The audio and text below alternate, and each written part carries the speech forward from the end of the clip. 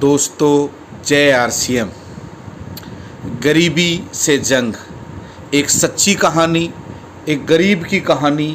कैसे उन्हें सिस्टम का साथ मिला, आरसीएम दिल से किया और उन्होंने अपनी ज़िंदगी को बदल लिया। आइए देखते हैं गरीबी से जंग श्री कमलेश्वर राय जी के संग। बहुत दिल दहलाने वाली स्टोरी है उनके पास, बहुत रियल स्टोरी है।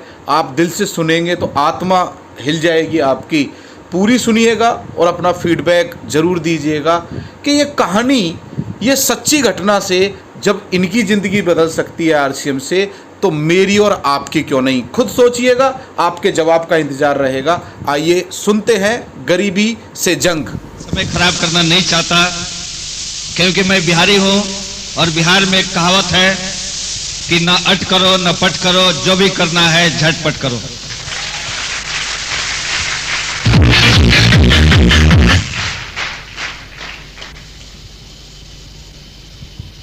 मैं अपनी बात कुछ बोलूं उससे पहले एक बात, ऐसे कितने लोग हैं, थोड़ा सा कैमरे वाले भाई से आग्रह कि वो इधर करके रिकॉर्डिंग आप कर सकते हो। आप इधर आ जाओ, टेबल इधर लगा लो। इस हॉल में बैठे कितने लोग हैं जिनके पास 2 घंटा समय नहीं है? वो थोड़ा हाथ उठा लें। ऐसे कितने लोग हैं जिनके पास 2 घंटा समय नहीं है? अगर सर से नहीं उठा सकते हाथ तो मैं कर रहा हूं, उठा लें। अगर किसी की बस है, बस छूटने की डर है, तो अपना हाथ उठा सकते हैं।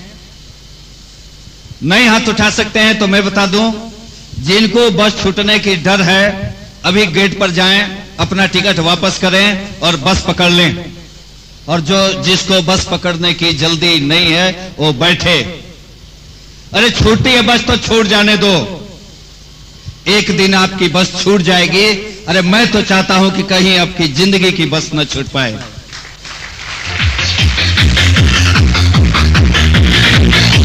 लेकिन आपकी जिंदगी की गाड़ी नहीं छूटेगी, इसकी गारंटी है अगर आप अपने ऊपर गर्व करना सीखें। गर्व करना सीखें अपने आप पर, गर्व करना सीखें अपने माता पिता पर, गर्व करना सीखें अपनी जन्मभूमि पर, गर्व करना सीखें अपने देश पर, गर्व करना सीखें अपने कंपनी पर, गर्व करना सीखें अपने कंपनी के प्रोडक्ट पर, और गर्व करना सीखें अपने राष्ट्रगान पर। बहुत दुख हुई आज दोस्तों, जब शुरुआत हुई मीटिंग की, राष्ट्रगान हो रही थी तो कुछ लोग टहल रहे थे, कुछ लोग आपस में बातें कर रहे थे। इस बात को देखकर हमें बहुत दुख हुई। दोस्तों, गर्व करना सीखो अपने राष्ट्रगान पर। किस तरह गर्व करना सीखो राष्ट्रगान की, किस तरह। अभी 10 दिन पहले इंदौर की एक घटना है, आप लोगों ने पेपर में पढ़ा होगा। एक रिटायर फौजी अफसर के घर एक चोर घुस जाता है। फौजी अफसर अकेला, पूरा परिवार बाहर गया था। आवाज आती है, फौजी अफसर जगता है, खिड़की से देखता है कि दूसरे रूम में चोर सारा सामान सिमट चुका था। उसको जब कुछ नहीं सूझी तो उसने टेप रिकॉर्डर पर राष्ट्रगान बजा दी, और जैसे ही राष्ट्रगान बजाया चोर सावधान की मुद्रा में खड़ा हो जाता है। और जैसे ही चोर सावधान की मुद्रा में खड़ा होता है, वह फौजी अफसर रस्सी लेता है और उस चोर का हाथ पैर बांध देता है। चोर हिलता तक नहीं है। पुलिस आती है, उस चोर को पकड़ कर ले जाती है। फास्ट ट्रैक कोर्ट में फैसला होता है। अभी 10 दिन पहले उस फैसला हुआ था। जानना चाहेंगे फैसला क्या हुआ? वह चोर बाइज्जत रिहा हो गया और उस फौजी अफसर को आजीवन कारावास हो गया।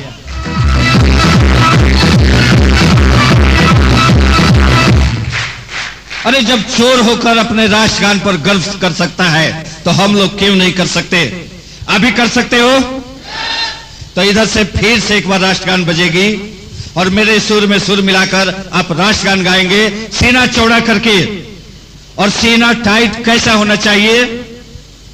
अरे दोस्तों, सीना टाइट कैसा होना चाहिए कि अगर दुश्मन गोली भी चलाए तो इस सीने पर अंदर नहीं जाकर रिटर्न होकर उसको लगनी चाहिए। इस तरह हम सीना टाइट करके राष्ट्रगान गाएं, उसके बाद हम लोग शुरुआत करेंगे। राष्ट्रगान की जब तक तैयारी हो रही है, इस तरह आप राष्ट्रगान गाएं, राष्ट्रगान पर गर्व करना सीखें। इस तरह कि अगर जैसे मैंने कहा कि अगर गोली भी कोई चलाए तो गोली रिटर्न हो जाए, लेकिन राष्ट्रगान शुरू हो उसके पहले एक आग्रह कि जिनके पास मोबाइल हो वो अपनी मोबाइल ऑफ कर लें। जिनके पास मोबाइल हो अपनी मोबाइल ऑफ कर लें। ऐसा कोई व्यक्ति हो जिसकी 1-1.5 साल पहले शादी हुई हो, उसकी पत्नी हॉस्पिटल में हो और उसको बच्चा होने वाला हो, वह व्यक्ति अपना मोबाइल ऑन रख सकता है। लेकिन अगर किसी की मोबाइल बजे तो और कुछ नहीं पूछना है आपको। पूछे भाई साहब लड़का हुई या लड़की, और उसके पॉकेट से जबरदस्ती एक 500 रुपए का नोट निकाल लें मिठाई खाने के लिए। जिसकी मोबाइल बजी मतलब उसके घर बेटा पैदा हुआ है या बेटी, खुशी का मौका है, पकड़कर उससे मिठाई खाएं आप। राष्ट्रगान तैयार है, हम लोग गर्व के साथ राष्ट्रगान गाएं।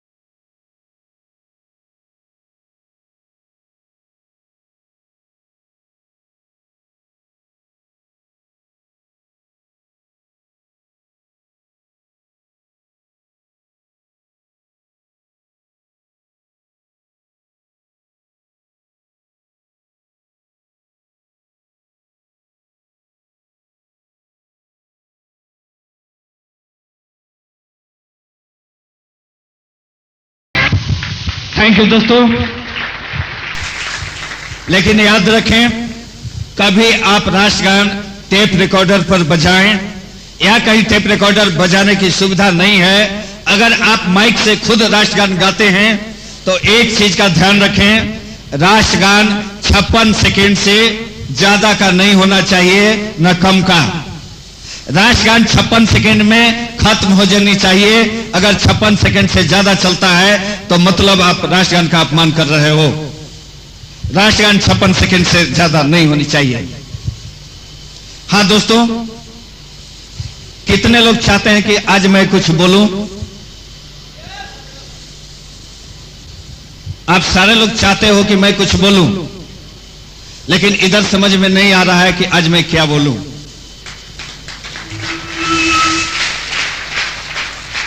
हाँ दोस्तों, अरे आप तो चाहते हो कि मैं कुछ बोलूं, लेकिन इस लड़के को समझ में नहीं आ रहा है कि आज मैं क्या बोलूं, क्यों? ठीक कल 29 महीने हो जाएंगे हमको इस बिजनेस में आए हुए। अरे 29 महीने पहले की बात कि इस लड़के के पास था ही नहीं कुछ बोलने को, इसलिए समझ में नहीं आ रहा था कि मैं क्या बोलूं।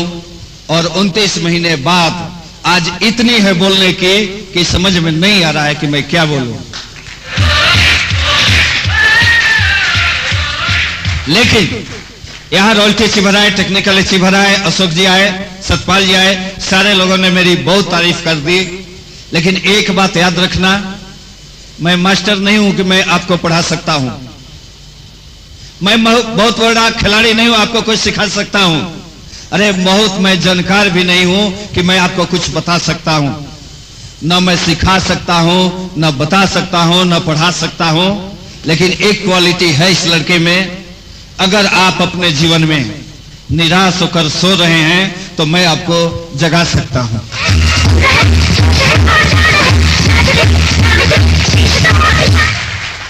और बोलने से पहले एक बात और क्लियर कर दें कि मैं हर जगह जाता नहीं हूं।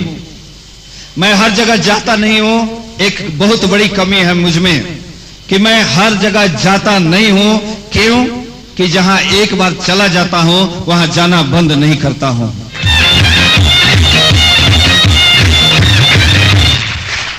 आप लोग बुलाएं या ना बुलाएं, यह लड़का जहां एक बार चला जाता है वहां कभी जाना बंद नहीं करता।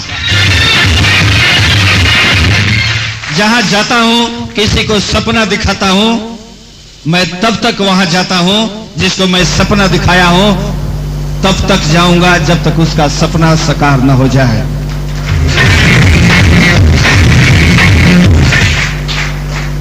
नाम कमलेश्वर राय,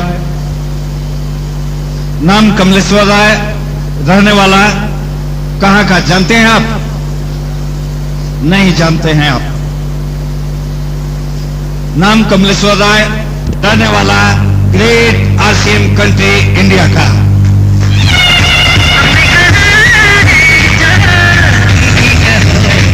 अरे कैसे मैं कहूं कि मैं बिहार का हूं, जब काम अपना पूरे हिंदुस्तान में है तो मैं बिहार का कैसे हो सकता?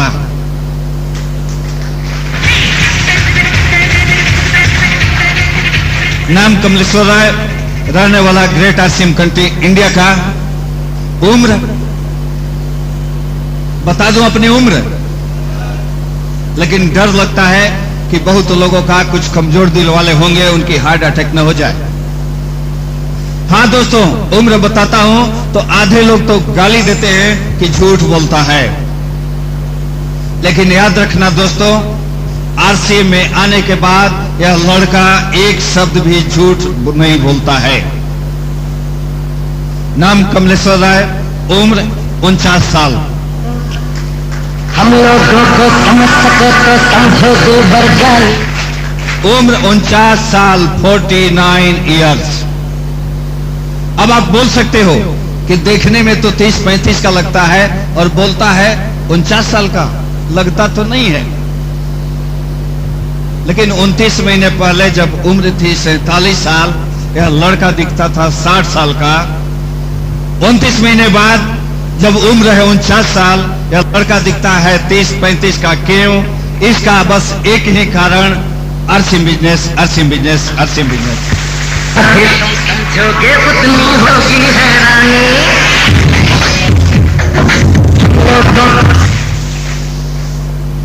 मैं कुछ बोलूं उसके पहले एक चेतावनी कि किसी नौजवान को अगर मेरे बात पर गुस्सा आए तो भैया सार्वजनिक रूप से, सार्वजनिक जगह पर मेरी पिटाई आप नहीं करें। रूम में बंद कर जितना पिटना हो पीट लेंगे। नौजवानों को मेरी बात बहुत बुरी लगती है। क्यों? हाँ दोस्तों, बचपन से आदत थी कुछ अलग करने का। माता पिता का बहुत नाम था, लेकिन मेरा मानना था कि अगर इस लड़के का नाम होगा हिंदुस्तान में तो इसके बदौलत, माता पिता के बदौलत नहीं। अरे मैं तो चाहता था कि मेरे माता पिता का नाम हो मेरे बदौलत, मेरे बदौलत। क्यों?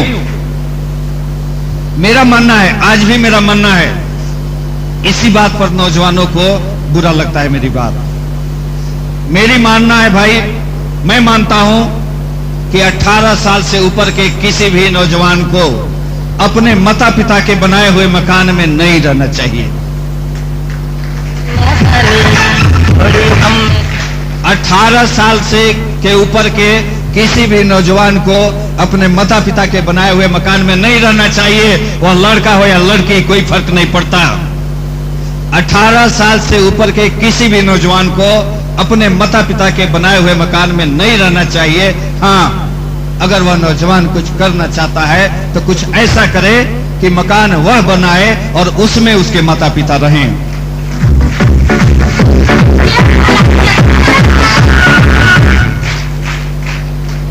बस यही मेरी मानना थी और मानता था, यही करना भी चाहता था। इसके लिए मैं करता क्या, पढ़ाई लिखाई हो रही थी अच्छी भली।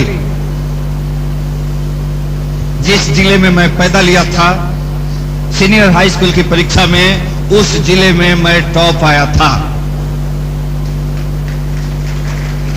हाँ दोस्तों, उस जिले में मैं टॉप आया था। मेरे माता पिता गांव के लोग कहते थे कि बेटा मेरा पढ़ने में बहुत तेज है, कलेक्टर बनेगा। शायद मैं उनकी मनोकामना पूरा भी कर देता, लेकिन ऊपर वाले को तो शायद कुछ और मंजूर था। मेरे इस दाहिने हाथ में करंट लग जाता है। दिल्ली के एम्स में मैं पूरे 6 साल भर्ती रहता हूं। घर वालों के पैसे की बदौलत, आपका प्यार, ऊपर वाले का आशीर्वाद कि हाथ कटने से तो बच गया, लेकिन आज भी इस हाथ से साइन करने के सिवा मैं 2 लाइन लिख नहीं सकता। तब मैं क्या करता? हाँ दोस्तों, तब मैं क्या करता? बिजनेस किया, बिजनेस में सफलता भी मिली, लेकिन जो मैं चाहता था वो तो नहीं मिला। पटना आया। पटना मेरे बड़े भाई बैंक मैनेजर, बड़ी भाभी इनकम टैक्स कमिश्नर, मेरे पिताजी खुद बिहार सरकार में मिनिस्टर थे, मेरे नाना जी भारत सरकार में मिनिस्टर थे, मेरी चाची एमपी। बहुत बड़ा परिवार। यह मत समझें कि मैं आपको यह बताने आया हूं, पहली बार यह बता दिया इसलिए कि घर से दूर हूं, लेकिन किसी को बिजनेस में लाने के लिए यह सब इस्तेमाल नहीं किया। मैं चाहता नहीं था कि माता पिता, नाना, चाचा, चाची के चलते मेरा परिवार बढ़े,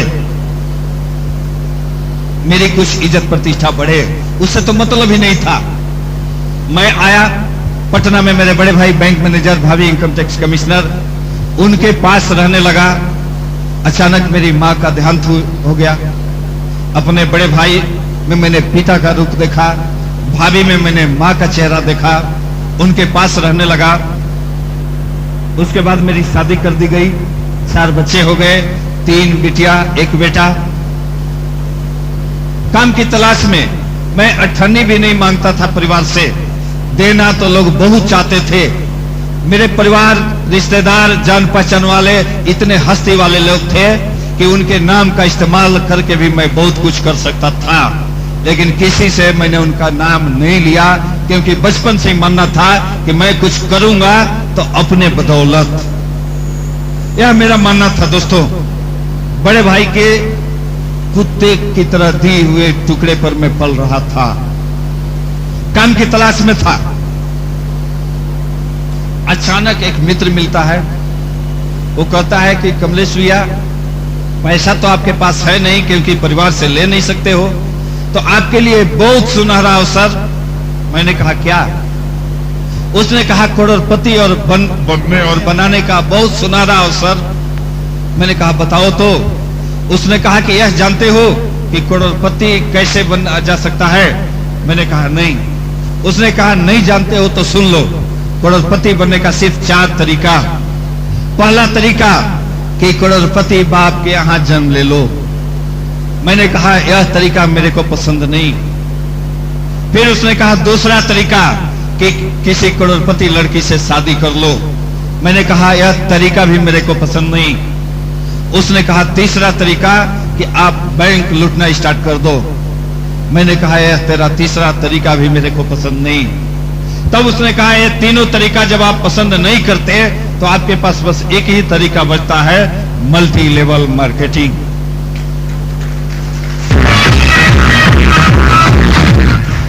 ये आज से करीब 6 साल पहले की बात। मल्टी लेवल मार्केटिंग के बारे में जानकारी नहीं था। उसने लाया एक फॉर्म, कहा कि 7,800 रुपये दो, मल्टी लेवल मार्केटिंग कंपनी में ज्वाइन करा देते हैं। 7,800 रुपया मैंने दिया, एक किट लाकर पकड़ा दिया। मेरा चेहरा, मेरे सारे दोस्त, जान पहचान वाले जानते थे कि यह लड़का कुछ भी करेगा, कम से कम गलत तो नहीं करेगा। मैं जिससे कहा वो 7,800 रुपया दे देते थे, मैं साइन करा देता था, किट दे देता था। 2 महीने बाद अचानक मैं बीमार पड़ा। बीमार पड़ने के बाद 1 महीना बीमार रहने के बाद जब मैं घर से बाहर निकला तो मैंने परिवार वाले से पूछा कि चेक आया है क्या? परिवार वालों ने कहा नहीं। मैंने अपने सीनियर से पूछा, सीनियर ने कहा कि पहले पता करो कि कि तुम्हारे ग्रुप में इस महीने ज्वाइनिंग कितनी हुई। मैंने पता किया, एक भी ज्वाइनिंग नहीं हुई थी। फिर उन्होंने कहा प्रोडक्ट कितने यूज हुए, मैंने पता लगाया, जिससे पूछता था किसी ने नहीं खरीदा था। और एक दोस्त मिल गया, जन बिहार के भोजपुर इलाके में हुई थी। एक दोस्त मिला जिसका नाम सुरेंद्र। मैंने कहा भैया सुरेंद्र, इस महीने कोई प्रोडक्ट खरीदा? और उसने एक तरह से गाली देते हुए कहा था। एक मेरे में और कमी है, मंच से जिस बात को मैं बोलता हूं, इस इंडिया में किसी की हिम्मत नहीं कि उस लहजे में बात कर ले, क्योंकि मैं कुछ छुपाता नहीं हूं, मैं कुछ अपनी बात बताता नहीं हूं। जो मैं था, जैसा मेरे साथ हुआ और जैसा मैंने किया, बस यही मन से बताता हूं। उस दोस्त ने मेरे से कहा था जिस भाषा में, उसी भाषा में मैं आपको बता दूं। उस दोस्त ने कहा 7,800 रुपए का तुमने डिमांड की, मैं तेरा दोस्त दे दिया। लेकिन कभी तुमने सोचा कि मेरे बाप ने एक साइकिल खरीद कर नहीं दिया और तुमने कारवास दे दिया, इसका क्या करूंगा? उसने कहा कभी सोचा कि मेरी पत्नी के पास 200 का साड़ी नहीं और 600 का साड़ी धोने का लिक्विड दिया? अरे कभी तुमने सोचा कि घर का फर्श मिट्टी का और तुमने टाइल साफ करने का मसाला दे दिया, इसका मैं क्या करूंगा? अरे कभी सोचा कि गांव में दातुन बहुत लोगों को नहीं मिलता और तुमने 99 रुपए का टूथपेस्ट दिया, इसका क्या करूंगा? होश ठिकाने आ गई उसकी बात को सुनकर। हाँ दोस्तों, उसकी बात को सुनकर होश ठिकाने आ गई। मैंने कहा भैया ठीक कहते हो, और मैंने उस काम को बंद कर दिया। और जिस दिन मैंने उस काम को बंद किया, एक और सज्जन आते हैं, कहते हैं बहुत अच्छा हुआ कि उस काम को आपने बंद कर दिया। मैंने कहा क्या? उन्होंने कहा कि बहुत सस्ता एक तरीका है मल्टी लेवल मार्केटिंग, इसमें आप करोड़पति बन सकते हो, बना सकते हो, पैसा भी ज्यादा नहीं लगता है। मैंने कहा कितना? उन्होंने कहा 2500 रुपए। मैंने फिर 2500 रुपए दे दिए। एक फॉर्म लाए, साइन किया, और उन्होंने कहा वह बात तो मैं नहीं बता सकता, उस कंपनी का नाम भी नहीं ले सकता, लेकिन उस कंपनी का नाम था 2500 रुपए दो, पहले बुद्धू बनो, उसके बाद 3 लोगों को बुद्धू बनाओ। शायद इधर भी आई होगी वो कंपनी। 3 महीने में दोस्तों आप शायद विश्वास नहीं करेंगे, 17,000 लोग मेरे टीम में हो गए थे सिर्फ 3 महीने में उस बुद्धू बनाओ वाले स्कीम में। चौथे महीने पता चला कि उस कंपनी के मालिक मिस्टर मनीष मेहता सिंगापुर चले गए। अब चौथे महीने से मेरी स्थिति कि जो लोग आंख नहीं दिखाने लगे, जो सामने खड़ा नहीं हो सकते थे, वो आंख दिखाने लगे। अरे जो बोली नहीं बोल सकते थे, वो गोली मारने की बात करने लगे। दिन में नहीं, रात में भी घर से निकलना बंद हो गया। रात में भी घर से नहीं निकल पाता था मैं। धीरे धीरे धीरे धीरे मेरे बच्चे कुछ बड़े होते गए और परिवार पर मैं बोझ बनता गया। अचानक एक दिन, हाँ दोस्तों, करीब 3.5 साल पहले की बात, अचानक एक दिन मैं काम की तलाश में था, नौकरी की, कि अब नौकरी कर लूं, परिवार कैसे चलेगा। अचानक काम की तलाश में था। 11 बजे रात को मैं घर आता हूं, दरवाजे का कॉल बेल बजाता हूं, बड़ी भाभी दरवाजा खोलती हैं और दरवाजे के सामने से हटती नहीं है। 11 बजे रात का समय, कड़ाके की ठंड, और मेरी बड़ी भाभी के मुंह से निकलता है कि आज से तेरा इस घर में घुसना बंद, अपने बच्चों को लो, पत्नी को लो और घर से बाहर चले जाओ। मैंने सोचा कि भाभी मजाक कर रही हैं, क्योंकि मां के गुजरने के बाद मैंने अपने भाभी में अपनी मां का चेहरा देखा था, और उस भाभी का आदेश था कि घर से बाहर, वो घर के अंदर जाती हैं, मेरे चारों बच्चों को लाकर बाहर कर देती हैं, पत्नी का हाथ पकड़कर घर से बाहर। बड़े भाई पीछे से आते हैं। मैंने कहा भैया यह कहीं मजाक तो नहीं हो रहा है? उन्होंने कहा नहीं, आज से इस घर में का दरवाजा तेरे लिए बंद। मैंने कहा इतनी ठंड में, अरे इतनी रात को मैं जाऊंगा कहां? उन्होंने कहा जहन्नम में चले जाओ, इस घर में नहीं जगह। मैंने अपने चारों बच्चों का हाथ पकड़ा, पत्नी को लिया और पटना स्टेशन पर आता हूं। मेरे हाथ में पत्नी, बच्चे और मेरे शरीर पर जो कपड़े थे, इसके अलावा कुछ नहीं था। कड़ाके की ठंड, मैं क्या करूं? पॉकेट में अठन्नी भी नहीं। रद्दी कागज चुन चुन कर मैं और मेरे बच्चे लाते हैं, उसको जला जलाकर किसी तरह रात कटती है। और सुबह एक मेरे मित्र के प्रयास से मिलती है हमें 1200 रुपए की नौकरी। हाँ दोस्तों, मात्र 1200 रुपए की नौकरी। ये तो छोटा जगह है, पटना 60 लाख आबादी वाला शहर। आप कल्पना कर सकते हो कि 60 लाख जिस शहर की आबादी, 1200 रुपए में 6 लोगों का परिवार कैसे चलेगा? घर नहीं था, किराए का मकान में कितने का ले सकता था? किराए का मकान तो नहीं ले सकता था, इसलिए लिया एक झोपड़ी 300 रुपए किराए की। यही मेरी कहानी थी। आज से 2.5 साल पहले 1200 रुपए की नौकरी और किराए की 300 रुपए की एक झोपड़ी, किसी तरह गुजारा हो रही थी कि अचानक 8 जनवरी 2004 को मैं काम पर जा रहा था। मेरे पेट में दर्द होता है। मैंने सोचा थोड़ा बहुत दर्द था। मैं काम पर जा रहा था, जहां मैं काम कर रहा था उसका जितना दूरी नजदीक आते जा रहा था, मेरे पेट का दर्द बढ़ते जा रहा था। दर्द बढ़ते जा रहा था। जैसे ही मैं काम पर पहुंचता हूं, मैं अपने मालिक से कहता हूं कि मालिक, आज मेरे को छुट्टी दे दो, आज मेरे पेट में दर्द है। वो कहता है ठीक है जाओ। और मैं जब घर आता हूं, हाँ दोस्तों, जब मैं घर आता हूं तो वहां का दृश्य जो था, देखकर मेरे पैर के नीचे से धरती खिसक गई। जब मैं आता हूं उस समय मेरा बेटा घर में, जिसको होना चाहिए था स्कूल में। मैंने बेटे से पूछा कि बेटा घर में क्यों? और मेरे बेटे ने रोते हुए कहा कि पापा जी, आपने स्कूल की फीस नहीं दी है, इसलिए स्कूल से नाम काट दिया गया है। अरे यहां बहुत माता पिता बैठे हैं। मैं आप लोगों से पूछता हूं कि जिसके इकलौते बेटे का नाम केवल इसलिए काट दिया जाए स्कूल से कि उसका बाप 45 रुपया महीने का फीस न दे सके, उस बाप को जीने का अधिकार है कि नहीं? और मैंने भी अपने दिल से पूछा था, और उस दिन मेरे भी दिल ने कहा था कि नहीं, ऐसे नालायक बाप को जिंदा रहने का अधिकार नहीं है जो अपने बेटे को पढ़ा नहीं सकता है।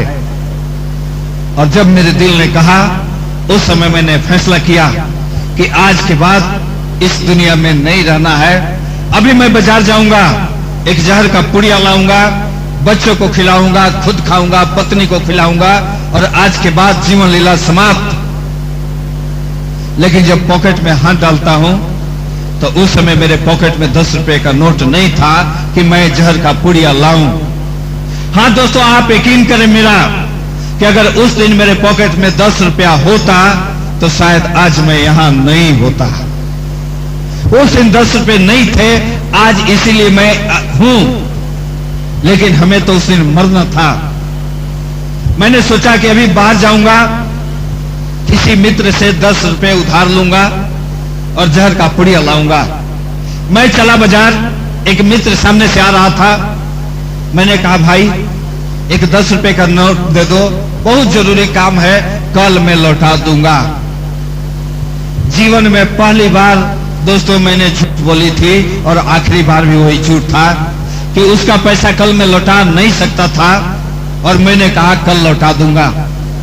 और उस दोस्त ने कहा अरे 10, 20, 50 रुपए क्यों, 100, 200 क्यों नहीं मांगते हो? मैंने कहा दे दो। उसने कहा 500 रुपए भी ले लो, लेकिन पहले 2 घंटा का समय दो। मैंने कहा अरे 4 दिन ले लेना, लेकिन पहले 10 रुपए का नोट दो।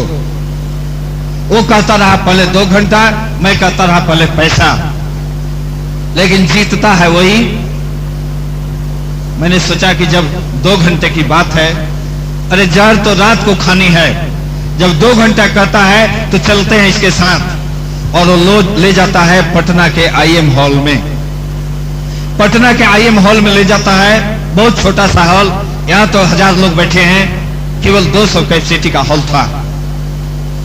वो गेट पर ले जाता है, मेरे लिए टिकट खरीदता है और इशारा करता है कि आगे एक चेयर खाली है, जाकर बैठ जाओ। बीच में रास्ता था, मैं आ रहा था बैठने के लिए, अचानक अभी बीच में ही था कि मंच से अनाउंस हुई कि सारे लोग खड़े हो जाएं, अब आपके सामने बीसी छाबड़ा जी आ रहे हैं। और जैसे ही बीसी छाबड़ा जी का नाम अनाउंस हुआ, सारे लोग खड़े हो गए, सीटी बजाने लगे, डांस करने लगे, कूदने लगे। मेरे को समझ में नहीं आ रहा था कि भाई एक आदमी के लिए इतने लोग डांस क्यों कर रहे हैं। आरसीएम करते हो? मैंने कहा नहीं, मैं तो जानता भी नहीं हूं। उन्होंने कहा नए हो, और नया में पहली बार में ही बीसी छाबड़ा से टकरा गया, जाओ अब तुमको कामयाब होने से कोई नहीं रोक सकता।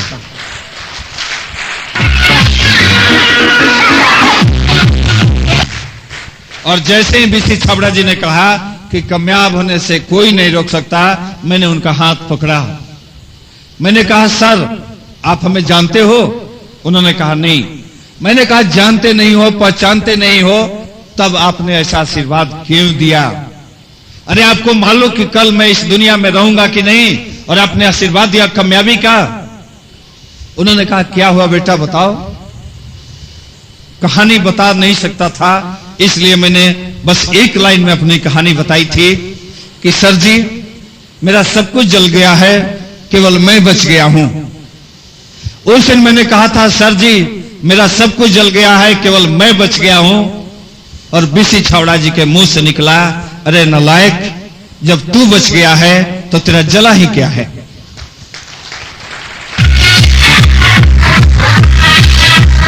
मैंने कहा सर जी मेरा सब कुछ जल गया है, केवल मैं बच गया हूं। और बीसी छाबड़ा जी के मुंह से निकला, जब तू बच गया है तो तेरा जला ही क्या है। और बीसी छाबड़ा जी गले में लगा लेते हैं, गले लगा लेते हैं उनका दोनों हाथ मेरे पीठ पर। और उन्होंने कहा था कान में उस दिन कि आरसीएम बिजनेस के इतिहास में पहली घटना कि बीसी छाबड़ा का दोनों हाथ दिल से किसी के पीठ पर। लेकिन याद रखना यह दूसरा हाथ तेरे कामयाबी के लिए नहीं है। अरे पहला हाथ था तेरे कामयाबी के लिए, लेकिन यह दूसरा हाथ तेरे कामयाबी के लिए नहीं है। मैंने पूछा तब क्यों रखा है आपने? उन्होंने कहा यह दूसरा हाथ इसलिए है कि आज के बाद अगर गलती से भी तेरा हाथ किसी के पीठ पर पड़ जाए, वो भी कामयाब हो जाएगा, वो भी कामयाब हो जाएगा। बीसी छाबड़ा जी की बात को सुनकर आंखों में आंसू आ जाते हैं। उन्होंने कहा ठीक है मीटिंग समाप्त होगी, होटल में मिलना। मीटिंग समाप्त होती है, बीसी छाबड़ा जी कहते हैं होटल चलो। होटल में जाता हूं, जो मित्र मेरे को लाया था मीटिंग में, उस मित्र से कहते हैं कि एक फॉर्म लाओ। वो फॉर्म लाता है। मेरे को उस दिन मालूम नहीं था कि ज्वाइन करने में 1480 रुपए लगते हैं। आज जो 1500 रुपए का किट है वो उस समय 1480 रुपए का था। मेरे को मालूम नहीं था, नहीं तो मैं अपने उस दोस्त का एहसान नहीं लेता। फॉर्म आती है, भरी जाती है, मेरे से साइन कराई जाती है, और बीसी छाबड़ा जी फिर से पीठ ठोकते हैं कि जाओ तुमको कामयाब होने से कोई नहीं रोक सकता। और मैं अपने को सौभाग्यशाली महसूस करता हूं कि इस बिजनेस में पहली बार किसी ने आरसीएम बिजनेस का प्लान दिखाया था। उस व्यक्ति का नाम है mister BC Chhabra. RCM business के बारे में पहली जानकारी ही बीसी छाबड़ा जी से मिली। बीसी छाबड़ा जी होटल में ले जाते हैं, प्लान दिखाते हैं, सब कुछ हो जाता है। वो कहते हैं जाओ काम करो। बीसी छाबड़ा जी को एयरपोर्ट छोड़ने जाते हैं हम लोग। बीसी छाबड़ा जी की फ्लाइट दिल्ली की ओर, और मैं अपने उस घर में, झोपड़ी में नहीं, अपने उस घर में जिस घर से हमको निकाल दिया गया था, आता हूं, फिर कॉल बेल बजाता हूं। भाभी जी दरवाजा खोलती हैं, फिर दरवाजे से नहीं हटती हैं। मैंने सोचा कि शायद इनके मन में है कि फिर कुछ घट गया होगा, मांगने आया है। मैंने क्लियर कर दिया कि भाभी मां आप चिंता न करें, यह लड़का आज कुछ आपसे लेने नहीं आया है, आज यह लड़का आपको कुछ देने आया है। वो कहती हैं बताओ। मैं आरसीएम बिजनेस का प्लान बताता हूं और जैसे ही आरसीएम बिजनेस का प्लान समाप्त होता है मेरी बड़ी भाभी का हाथ सर पर जाता है और वो कहती हैं अरे कम से कम अपने इज्जत प्रतिष्ठा का ख्याल नहीं है तो इस घर का करो। क्या कहेंगे लोग कि इनकम टैक्स कमिश्नर का देवर 5 रुपए का साबुन बेचता है। अरे लोग क्या कहेंगे बैंक मैनेजर का भाई चाय बेचता है। अरे लोग क्या कहेंगे कि एक मिनिस्टर का बेटा गली गली में घूमता है 1500 रुपए के किट लेकर। वो फिर धक्का देती हैं। बड़े भाई को प्लान दिखाता हूं और बड़े भाई से मिलती है हमें 1 लात। पीठ पर लात मारते हैं घर से बाहर। घर आता हूं आंखों में आंसू थे। मेरी बड़ी बेटी उस समय 15 साल की थी। उसने कहा कि पापा जी हुआ क्या आपके आंख में आंसू उदास। मैंने सारी घटना बता दी। उन्होंने कहा कि अरे आप बड़े पापा से अपनी तुलना क्यों करते हो, बड़ी मम्मी से तुलना क्यों करते हो। कहां वो 25-25 हजार रुपए कमाने वाले लोग, कहां वो कार पर चलने वाले लोग और कहां आपकी 1200 रुपए की नौकरी। क्यों मुकाबला करते हो उनको। मत करो मुकाबला। आप 1200 रुपए में खुश रहो। आप कुछ ऐसा काम करो कि आप उनके मुकाबले में आ जाओ। तब देखना वही भाई जो धक्का मारकर निकलता है आपको धक्का देकर नहीं गले लगाकर घर में लाएगा। और मैंने काम स्टार्ट किया। सुबह हुई, अपने सारे मित्रों को बुलाया। 20 मित्र थे। 20 मित्र को मैंने बैठाया अपने घर के सामने, झोपड़ी के सामने। घर में बैठाने की जगह नहीं थी। एक नीम का पेड़ था, चबूतरा बना हुआ था पत्थर का। मैंने बैठाकर आरसीएम बिजनेस की प्लान दिखाई और सारे मित्रों ने कहा कि बहुत अच्छा है, बहुत अच्छा है, क्या कमाल का लाए हो बिजनेस, बहुत चलेगा, सभी लोग मिलकर करेंगे, इस बिजनेस को चांद पर पहुंचाएंगे। किसी ने कहा कल ज्वाइन करेंगे, किसी ने कहा परसों, किसी ने कहा 1 सप्ताह बाद, किसी ने कहा शाम को। और एक दोस्त मेरा मिलता है, कहता अभी 11 बज रहे हैं, 2 बजे ज्वाइन करेंगे। बात खत्म। जिस मित्र ने कहा 2 बजे ज्वाइन करेंगे 3 बजे तक नहीं आता है। मैं 3 बजे उसके घर जाता हूं और जैसे ही 3 बजे उसके घर जाता हूं, कॉल बेल बजाता हूं, उस मित्र के माता जी आती हैं। मित्र के मां आकर कहती हैं क्या है बेटा। मैंने कहा थोड़ा सा बोल दें, कुछ काम है। उन्होंने कहा बोल दे किसको। मेरा बेटा तो 4 दिनों से पटना से बाहर है। अरे जिस मित्र से 11 बजे मिला हूं उसके माताजी का जवाब था 4 दिनों से बाहर। आरसीएम बिजनेस समझ में नहीं आई दोस्तों उस समय। समझ में आई 1 घंटे बाद, जब जिस मित्र ने कहा था शाम को आना। मैं जा रहा था उसके घर और जैसे ही जा रहा था ठीक 10-20 कदम आगे वो सब्जी का थैला लेकर अपने घर की तरफ जा रहा था। मेरे से 20 कदम आगे वो था और ठीक उसके 20 कदम आगे उसका घर था। मैंने सोचा जब आ ही गए हैं तो घर में बात करते हैं, बीच में मैंने आवाज नहीं दी। जैसे ही वो घर में घुसता है ठीक 10 सेकंड बाद मैं उसके घर का कॉल बेल बजाता हूं। उसकी पत्नी आती है, कहते हैं क्या है भाई जी। मैंने कहा थोड़ा सा बोलने के कमलेश जी आए हैं। और उसके पत्नी का जवाब था सुबह से गए हैं कहीं, अभी तक नहीं आए हैं। सुबह से गए हैं अभी तक नहीं आए हैं। और उस समय मेरे को बिजनेस समझ में आ गई कि यह बिजनेस नहीं चलने वाला है। मैंने सोचा कि अब नहीं करना है। घर आया, सो गया कि अब इस बिजनेस को नहीं करना है, नहीं करना है, नहीं करना है। 4 बार कान पकड़ा, 4 बार गाल पर थप्पड़ लगाई कि अब नहीं करना है। अचानक मेरे बेड पर पड़ा हुआ था आरसीएम टाइम्स, उसको पलट रहा था। 13 जनवरी 2004 का बात है। मैंने देखा कि 14 जनवरी को बीसी छाबड़ा जी का मीटिंग दिल्ली में। मैंने कहा कि बहुत अच्छा मौका है और जब छोड़ना है इस बिजनेस को तो चलते हैं, इस कीट को बीसी छाबड़ा जी के सर पर पटक कर छोड़ेंगे। मैंने ट्रेन पकड़ी पटना से सुबह दिल्ली आकर बीसी छाबड़ा जी के मोबाइल पर फोन किया। उन्होंने कहा कि कमलेश कहां हो, बहुत अच्छा हुआ आज दिल्ली में मीटिंग है, आ जाओ। मैंने कहा भाड़ में जाए आपकी मीटिंग, हमें इस आरसीएम बिजनेस को करना नहीं है। केवल 1 मिनट मिलकर इस बिजनेस को छोड़ देना है। उन्होंने कहा इस होटल में है, आ जाओ। मैं उस होटल में गया।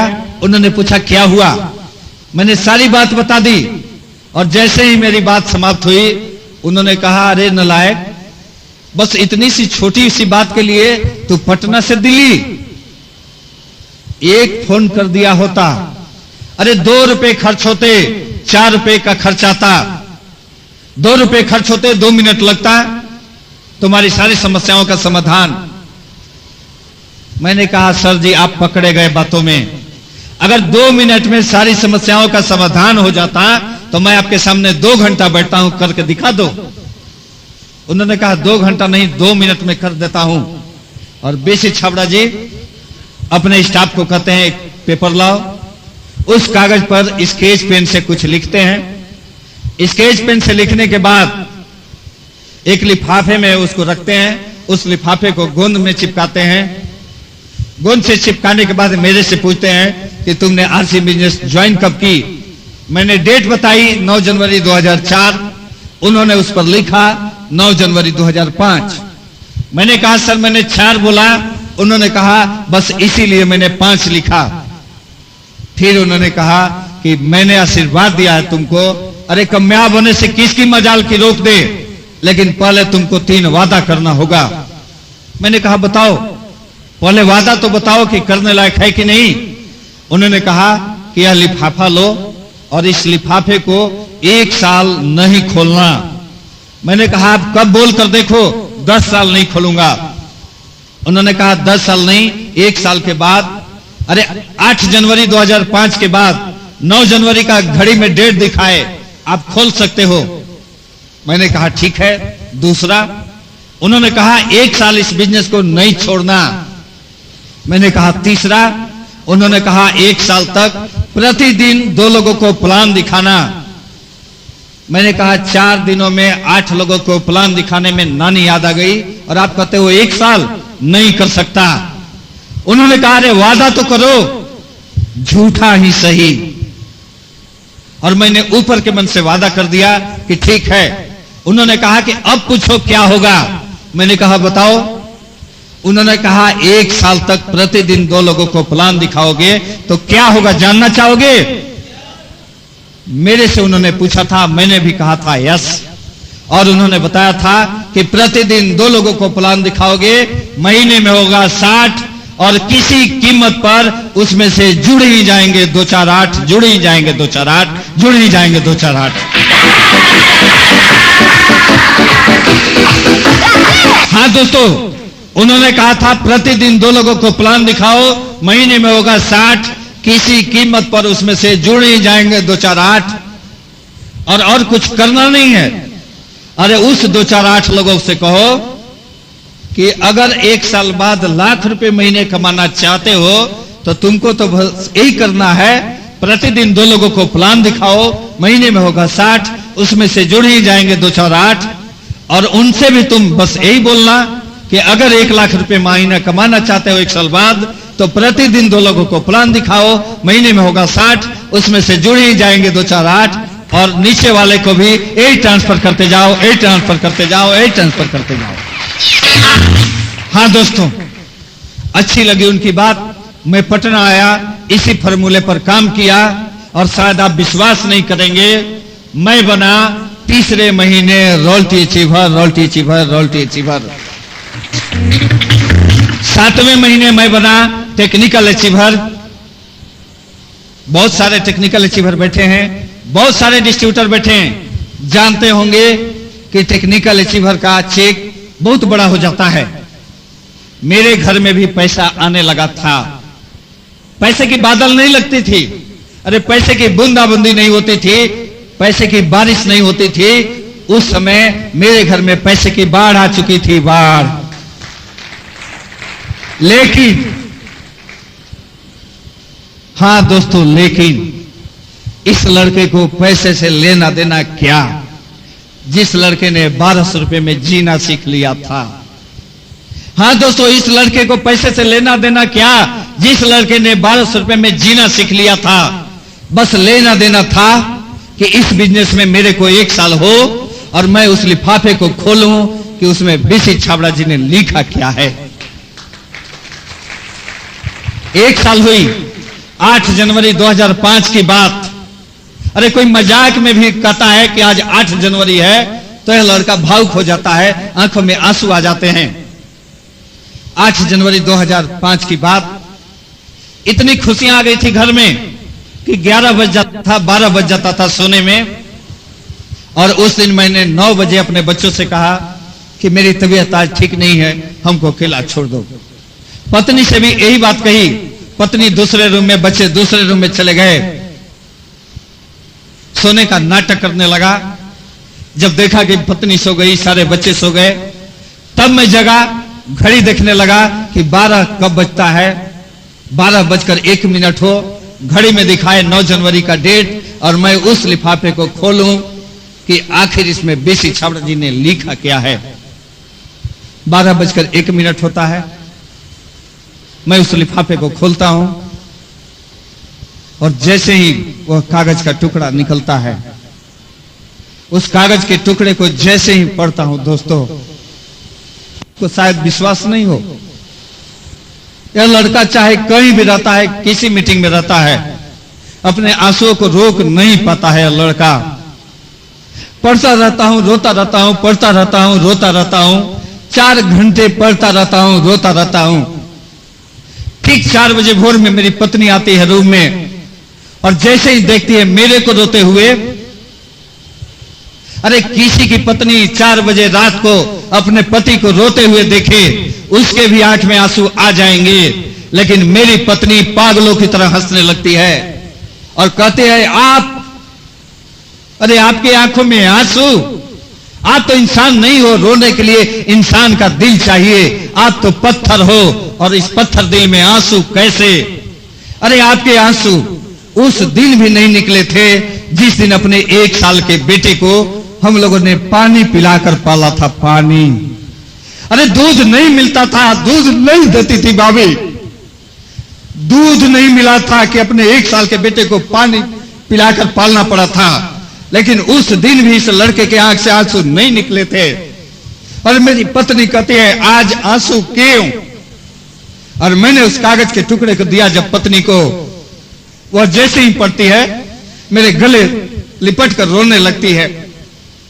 अचानक बेटी आती है, 15 साल की बेटी, कभी अपने मम्मी पापा की आंखों में आंसू नहीं देखे थे, और पूछती है पापा जी क्यों। मैंने उस कागज के टुकड़े को दिया। बेटी के भी आंखों में आंसू, लेकिन वह रोती नहीं है, अपने दुपट्टे से अपने मम्मी पापा के आंखों के आंसू को पोंछने लगती है।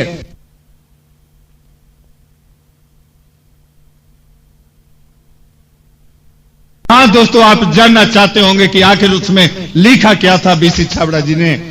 अरे बस 2 लाइन तो लिखी थी बीसी छाबड़ा जी ने कि बेटा याद कर 1 साल पहले की बात, जब तुम किट लेकर निकलता होगा, गली मोहल्ले के लोग तुमको फ्रॉड कहते होंगे। अरे मोहल्ले के लोग फ्रॉड करते थे, घर के दरवाजे नहीं खिड़कियां तक बंद कर लेते थे। अपना जीजा साला मानने के लिए तैयार नहीं था, अपना मामा भांजा मानने के लिए तैयार नहीं था, अपना भाई भाई मानने के लिए तैयार नहीं था। अपने दोस्त 1 किलोमीटर दूर से भी देखते थे, वो सब उधर मुड़ जाते थे। लेकिन आज वो सारे के सारे लोग तुमको मुड़ मुड़ कर देख रहे होंगे, मुड़ मुड़ कर देख रहे होंगे, मुड़ मुड़ कर देख रहे होंगे।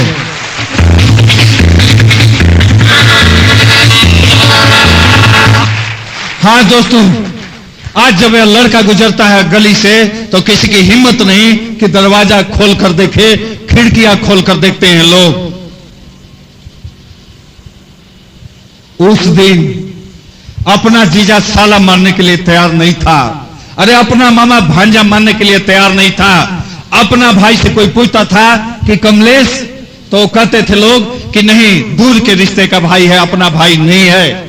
अपना जीजा कहता था दूर का साला है, और आज दूर का जीजा कहता है कि अपना साला, और चचेरा नहीं, दूर का भाई, गांव का नहीं, दूसरे गांव का भी लड़का कहता है अपना भाई, अपना भाई, अपना भाई।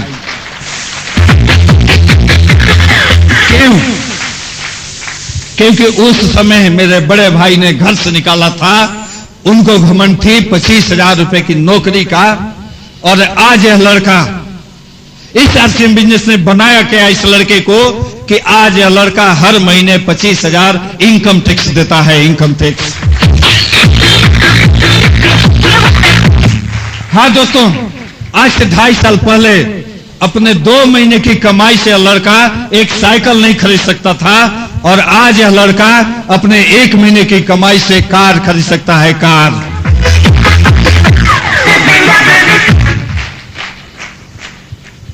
जब झोपड़ी में रहता था तो सपने में भी सपना नहीं देखता था कि इस लड़के के पास पटना जैसे शहर में अपने पास घर होगा, अपने पास गाड़ी होगा। और किसी को देखता था मोबाइल पर बात करते हुए तो सोचता था कि बड़े लोग हैं इसीलिए मोबाइल पर बात करते हैं, कभी अपने पास भी मोबाइल होगा क्या।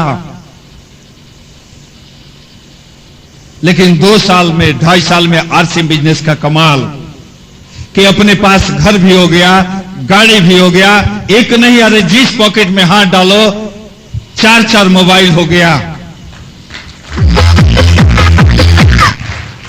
घर हो गया अपने पास, गाड़ी हो गया अपने पास, मोबाइल हो गया। हाँ दोस्तों, घर भी हो गया, गाड़ी भी हो गया, एक नहीं 4-4 मोबाइल हो गया। आज पूरा हिंदुस्तान देख रहा है कि इस लड़के का जीने का क्या स्टाइल हो गया। क्यों? अरे 1200 रुपए का नौकरी करता था और इस 29 महीने में आरसीएम ने दिया क्या? 29 महीने में आरसीएम ने दिया 41,36,000 रुपए।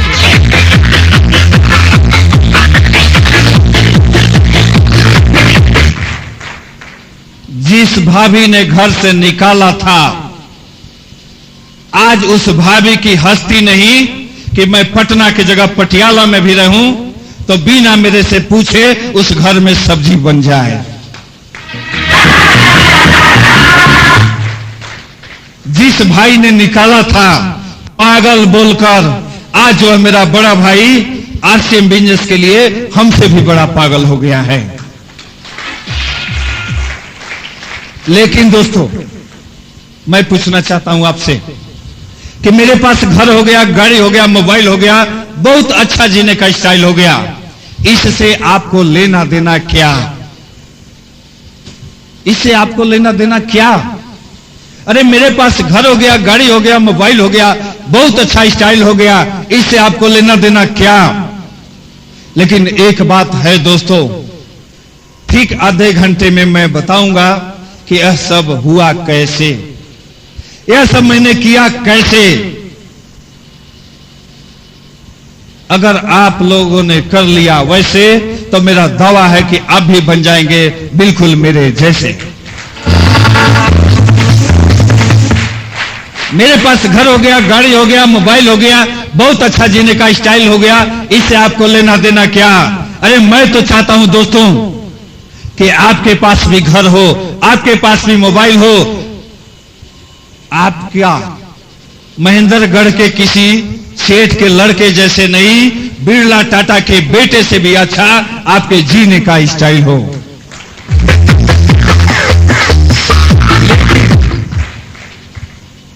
लेकिन आपको करना पड़ेगा। क्या करना पड़ेगा जानते हैं? अरे बस वही बात जो मैंने किया, और सुन लेंगे क्या किया तो शायद आप हंसेंगे कि इस काम को करने से पैसा भी आ सकता है क्या?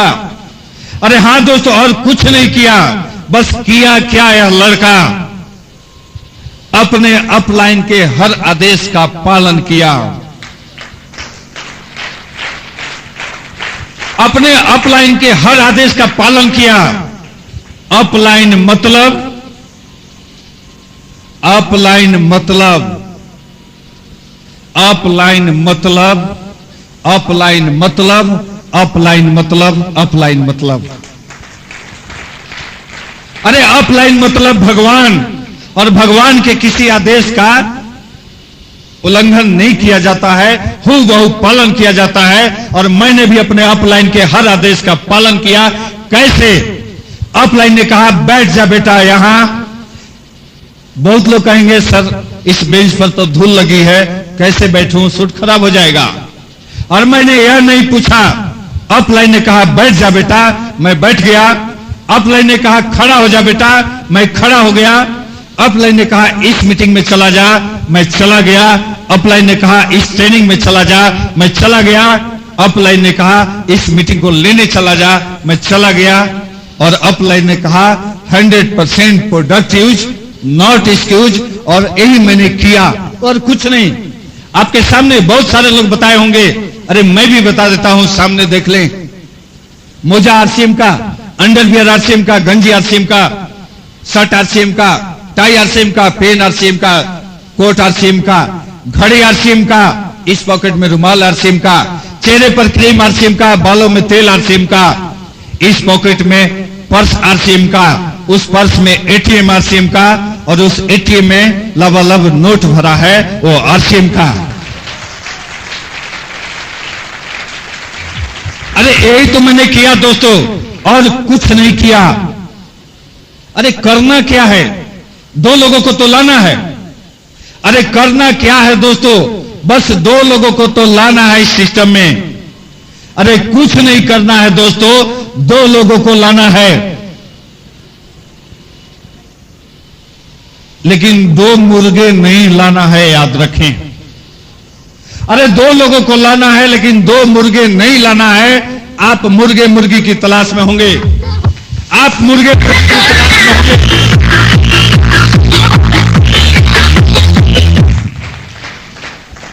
सर जी से आग्रह कि इस नोट को उठा लें। सर जी से आग्रह कि इस नोट को उठा लें।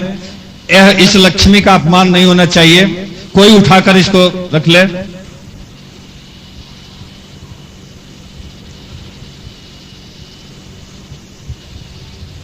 हाँ दोस्तों, और मैंने कुछ नहीं किया।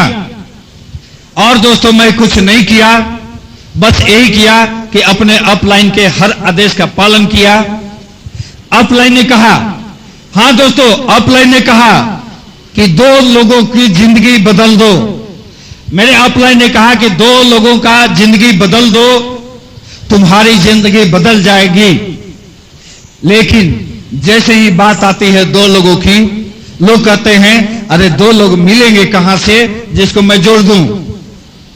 इस हॉल में कितने ऐसे लोग हैं जिनको 2 लोग नहीं मिलते हैं? हाथ उठाए, मैं बताता हूं कैसे मिलेंगे। अगर कोई है जिसको 2 लोग नहीं मिलते हैं, हाथ उठा लें। बहुत सारे लोग हाथ उठाए हैं। लेकिन एक दिन यही बात हो रही थी माउंट आबू में, हम और अशोक जी बैठे थे। एक सज्जन ने कहा 2 लोग नहीं मिलते। अशोक पंडित जी ने कहा अरे बेहुदे हाथ नीचे कर, जब मुर्दे को 4 लोग मिल जाते हैं आसानी से, तो जिंदे को 2 मिलने में परेशानी क्यों?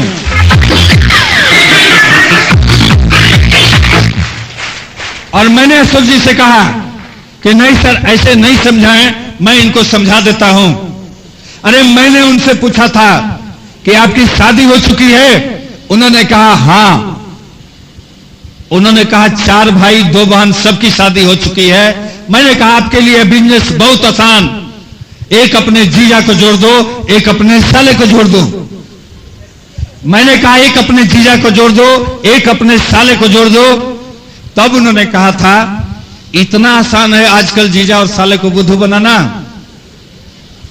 मैंने कहा अरे ट्राई करके देखो, दुनिया का कोई ऐसा जीजा नहीं कि साला प्यार से कहे और वो जीजा नहीं जुड़े, और दुनिया का कोई ऐसा साला नहीं कि जीजा दबाव से भी कहे और वो साला नहीं जुड़े। हां दोस्तों, अरे आप अपने साले को जोड़ दो, आप अपने साले को जोड़ दो, वो अपने साले को जोड़ेंगे, वो अपने साले को जोड़ेंगे, वो अपने साले को जोड़ेंगे, वो अपने साले को जोड़ेंगे। इस तरह साले साले जुड़ जाएंगे, कोई साले बच नहीं पाएंगे।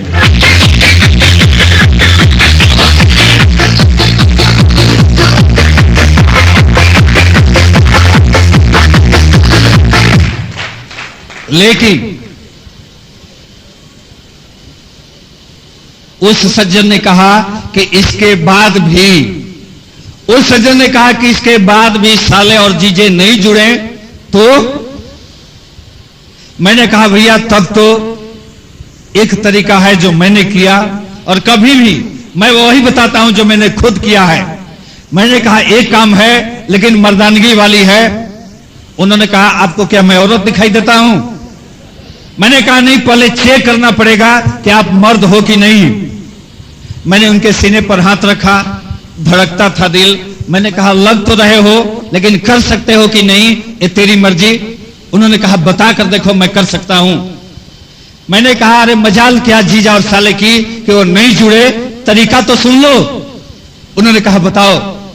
मैंने कहा जाओ अपने दीदी के यहां, और जब रात की खाने की बात हो, जीजा आपका सामने रहे, दीदी खाना दे, उस खाने को अलग तड़का दो कि खाना नहीं खाना है। जीजा पूछेगा क्यों, उस समय आप अपने दीदी का हाथ पकड़ें और जीजा से कहें साइन करते हो कि ले जाऊं दीदी को। हाँ दोस्तों, उस समय आप जीजा से कहें साइन करते हो कि ले जाऊं दीदी को, और जाएं आप साले के पास और उससे भी कहें कि साइन करते हो कि छोड़ जाऊं बीवी को।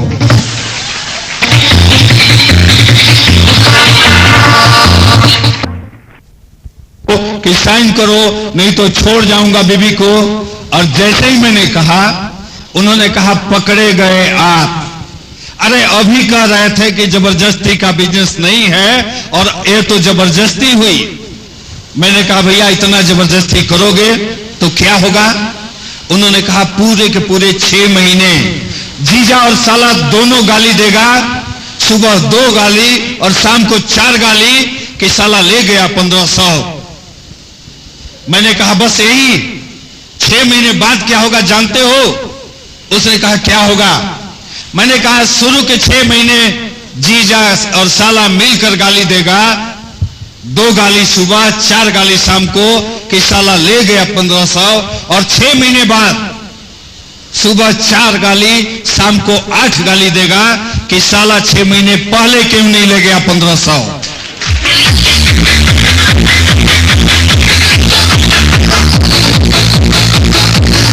हाँ दोस्तों, अरे जब तक नहीं समझे हैं लोग, अरे जब तक नहीं समझे हैं लोग तब तक गाली देंगे। सुन ले आप, अरे आजादी के दीवाने जब निकले थे उस समय लोग उनको सिर फिरे कहते थे, और आज जब देश आजाद हुआ उन्हीं को लोग सरफरोश कहते हैं, सरफरोश। चिंता न करें, अरे गाली सुन लें, गाली सुन लें आप, गाली सुन लें, लेकिन ऐसा करें आप। अरे मैं तो कहता हूं लोग बार बार गाली दें, जो आपको ज्यादा गाली देंगे वही आपके लिए ज्यादा ताली बजाएंगे।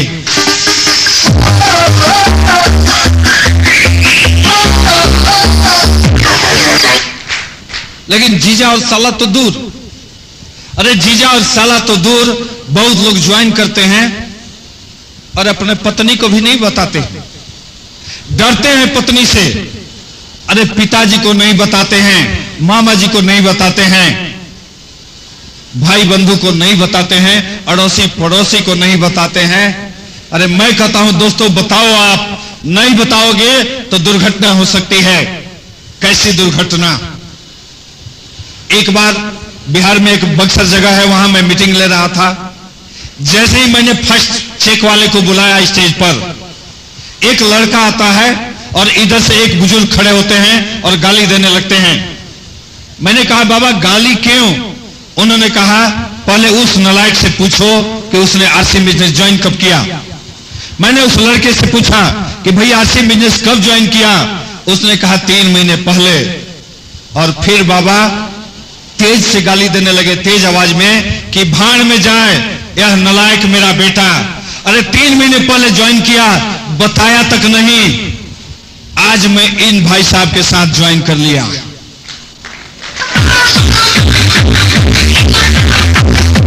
अरे आप ज्वाइन करें तो सबसे पहले अपने माता पिता को बताएं, अपने पत्नी को बताएं। नहीं बताएंगे तो आपके साथ एक बात हो सकती है।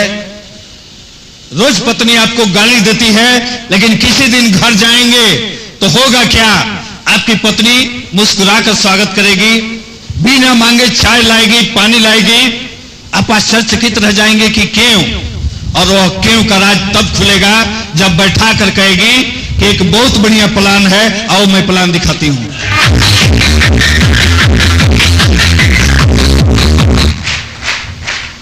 आपका माथा चकरा जाएगा कि मेरी पत्नी मेरे को प्लान, अरे यही होगा जब आप प्लान नहीं बताओगे पत्नी को।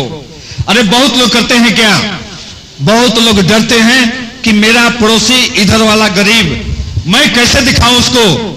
बहुत लोग डरते हैं कि मेरा पड़ोसी अमीर करोड़पति, कैसे दिखाऊं इसको। और बहुत लोग डरते हैं कि सामने वाला पड़ोसी पहलवान, कैसे दिखाऊं इसको। दोस्तों, नहीं दिखाएंगे तो एक गलती हो सकती है, और भगवान न करे जो मेरे साथ हुआ, मैं नहीं चाहता हूं कि आप लोगों के साथ हो। पड़ोसी को, आप अपने पड़ोसी को प्लान नहीं दिखाते हो कि करोड़पति है, कहेगा क्या। अरे क्या कह लेगा। अरे पहली बार को उस करोड़पति को प्लान दिखाने जाओगे, वो ज्यादा से ज्यादा कहेगा चल हट, समय खराब मत कर। आप चिंता न करें, आप दूसरी बार जाएं और कहें कि भैया इस बिजनेस को एक रिक्शे वाला भी करता है, करोड़पति अरबपति भी करता है, आप देख लो। वो आपको दरवाजे से हाथ पकड़कर शायद बाहर निकाल दे। आप चिंता न करें, दूसरी बार जाएं, फिर आप दिखाएंगे, वो कहेगा मना किया था ना, अब की बार मत आना, पैर तोड़ दूंगा। आप फिर जाएं, कहें कि सर अरे जब तक नहीं देखे हैं प्लान तब तक आप कह रहे हैं पैर तोड़ देंगे, एक बार तो देख लो। वो कहेगा चल हट, अब की बार आएगा तो कुत्ता छोड़ दूंगा। आप इसकी चिंता न करें। अरे आप चौथी बार पांचवी बार जाएं, वो मजबूर हो जाएगा सोचने पर कि ना कहने में तो 10 मिनट लगता है, बहुत जिद्दी लड़का है, हाँ कहने में तो बस 1 मिनट लगता है, चलो एक दिन प्लान देख लेते हैं। और जैसे ही बैठेगा वो प्लान दिखाने, आप प्रेम से उसको प्लान दिखाएं, उसके बाद वह आदमी आरसीएम बिजनेस करेगा। केवल ऐसा नहीं होगा, अरे आपका बिजनेस उसके चलते चलेगा, ऐसा नहीं होगा। आपका बिजनेस दौड़ेगा, ऐसा नहीं होगा। आपका बिजनेस उड़ने लगेगा, उड़ने लगेगा, उड़ने लगेगा।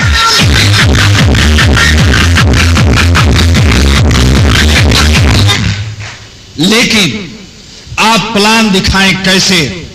मेरा यहां आने का मकसद बस एक कि मैं आपको बताऊं कि आप प्लान दिखाएं कैसे। अरे कैसे इस लड़के ने किया कि 29 महीने में 1.5 लाख लोगों की फौज, 20 टेक्निकल और 72 रॉयल्टी अचीवर, कैसे इस लड़के के टीम में केवल 29 महीने में बस प्लान दिखाने का तरीका जो है। और मैं यही बताने आया हूं कि प्लान दिखाएं आप ऐसे। कोई लिखने की जरूरत नहीं दोस्तों, मेरी बात कोई लिखने लायक होती नहीं है। मैं खुद नहीं लिखता, लिखने नहीं आता, तो लिखने वाली बात मैं करता नहीं। आप चाहे यहां ताली बजाएं, नहीं, आप चाहे ट्रांजिस्टर सुने, आपके दिमाग के अंदर यह बात जबरदस्ती घुस जाएगी ही कि आप प्लान दिखाएं कैसे।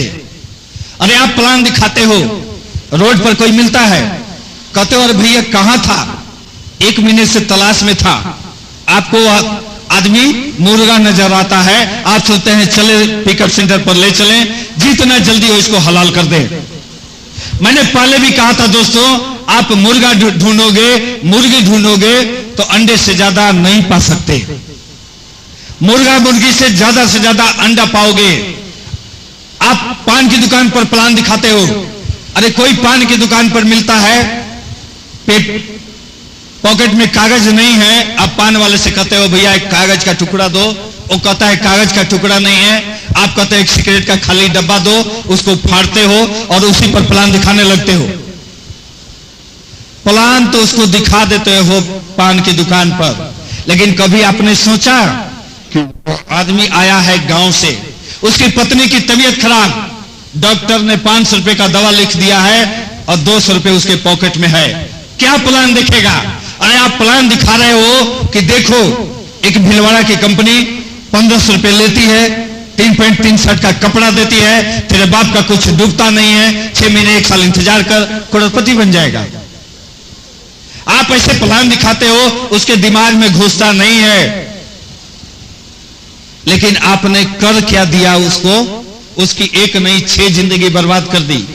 अरे अगली बार जब उसको कोई दूसरा प्लान दिखाने जाएगा, जैसे बोलेगा आरसीएम, वो आगे बोलने लगेगा भिलवाड़ा वाली 1500 रुपए लेगी, 3 पैंट 3 शर्ट का कपड़ा देगी, न मेरे बाप का न तेरे बाप का किसी का नहीं जाएगा। 1 साल बाद लखपति। आप सोचेंगे ये तो मेरे से ज्यादा जानता है, जुड़ गया है, आप आगे बढ़ जाएंगे। लेकिन आपने कभी सोचा कि उसकी नहीं, उसके पत्नी की, उसके बच्चे की, उसके बच्चे के बच्चे की, उसके बच्चे की 6 जनरेशन का लाइफ आपने बर्बाद कर दिया। आप ऐसा प्लान कभी न दिखाएं। अरे आप ऐसा प्लान कभी न दिखाएं। मैं बताता हूं प्लान दिखाएं, और जिस तरह मैं बताता हूं प्लान दिखाने के लिए आप प्लान दिखा दें। एक बार उस व्यक्ति के पीछे नहीं भागना होगा, वह व्यक्ति ठीक 1 साल बाद कम से कम लाख रुपए महीना कमाने वाला हो जाएगा।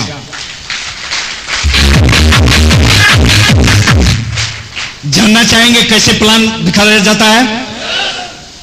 जानना चाहेंगे सही में? हमको लगता है कोई जानना नहीं चाहता। अगर आप जानना चाहते हैं तो इधर से एक जोरदार म्यूजिक बजेगी और सारे लोग खड़े होकर एक बार जोरदार ताली बजा लें, तब हमें पता चलेगा कि आप सही में जानना चाहते हैं।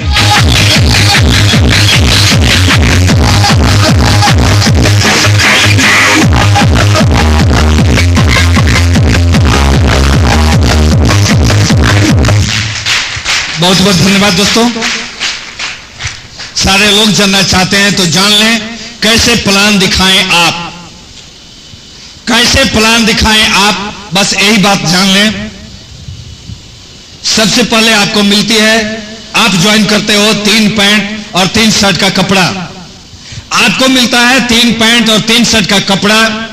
सबसे पहला काम आप सिलवाएं किसी अच्छे दर्जी से, कपड़ा लेकर घर आएं, सुबह जगे, नहाएं, दाढ़ी बनाएं चकाचक, बूट पॉलिश करें और एक नया पैंट शर्ट पहने।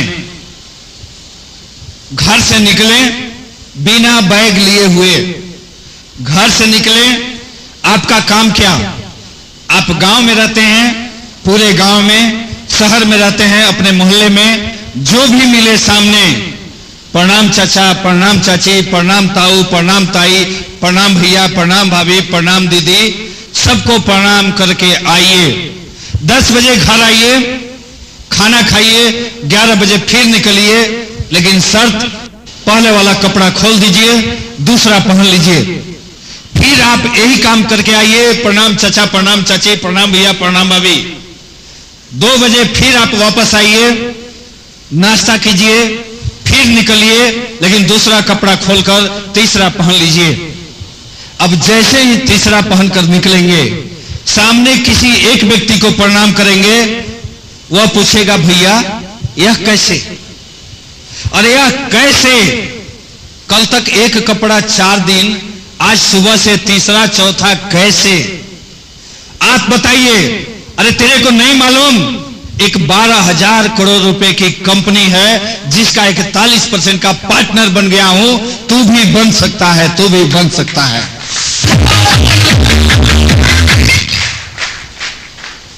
वो बताएगा कि बता भैया, और जैसे ही कहे कि बता भैया, आप कहें डायरी निकालें और कहें कि अपना नाम लिखा दे।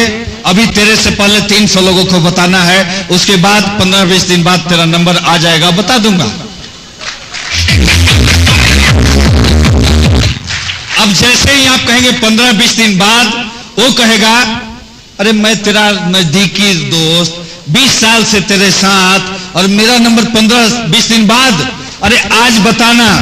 आप हाथ जोड़ लें कि आज 7 लोगों का नंबर है, आज तो किसी कीमत पर नहीं हो सकती है, चल जा, जिसे नंबर आएगा बता देंगे, तेरा नाम लिख लिया है। आप 4 कदम आगे बढ़े, हाथ पकड़ेगा। जो दोस्त आपसे बात नहीं करना चाहता है, आपके सामने सरेंडर हो जाएगा कि भैया मैं तेरा नजदीकी दोस्त, बताना। तो आप बता सकते हैं? नो। अरे उसके बाद कहें कि आज तो किसी कीमत पर नहीं, लेकिन चल कल 10 बजे का बाद का सारा प्लान है, कल मैं तेरे घर सुबह आ जाता हूं, बता दूंगा। वो कहेगा कितने बजे? आप उसको समय दे दें 7 बजे। अरे 7 बजे का आप समय दें उसको, 8 बजे तक आप अपने घर में सोए रह जाएं। आप 8 बजे जगें, तैयार हो और तैयार होकर 9 बजे उसके घर जाएं। मेरा दावा है दोस्तों कि अगर 9 बजे भी आप उसके घर जाएंगे, गेट पर खड़ा होकर वह आपका इंतजार करता हुआ मिलेगा। जैसे ही आप गेट पर जाएंगे, वो आपका हाथ पकड़ेगा, हाथ पकड़कर अंदर ले जाएगा और पत्नी से कहेगा, भाई साहब के लिए जल्दी से चाय। और आप हाथ जोड़ लें कि माफ करना भाई, मैं तेरे घर का चाय नहीं पी सकता। उसका दिमाग फिर खराब कि कल तक चाय पीने के लिए झगड़ा करता था, आज कहता है चाय नहीं पी सकता। अरे आप कहें, हाँ दोस्त मैं नहीं पी सकता, तेरे घर आरसीएम की चाय तो होगी नहीं और मैं आरसीएम के सिवा दूसरा पीता ही नहीं। वो कहेगा आरसीएम क्या है, तब बताएं। यही है मेरी कंपनी जिसका 41% का पार्टनर हूं, लेकिन चिंता मत कर, यह ले पॉकेट चाय का एक छोटा सा पैकेट निकाले, इसमें से बनाकर मंगवा, तब मैं पी सकता हूं। वो अपने पत्नी को देगा कि इसमें से बनाकर ला, पत्नी उसकी चाय बनाकर लाएगी, आप पिए, वो पिए, उसकी पत्नी पिए, तब आप पूछे चाय कैसी लगी। अरे जिस चाय में आरसीएम की चाय पत्ती मिली हो वो खराब नहीं हो सकता, और बनाया है उसके पत्नी ने, उसकी हिम्मत नहीं की खराब कर दे।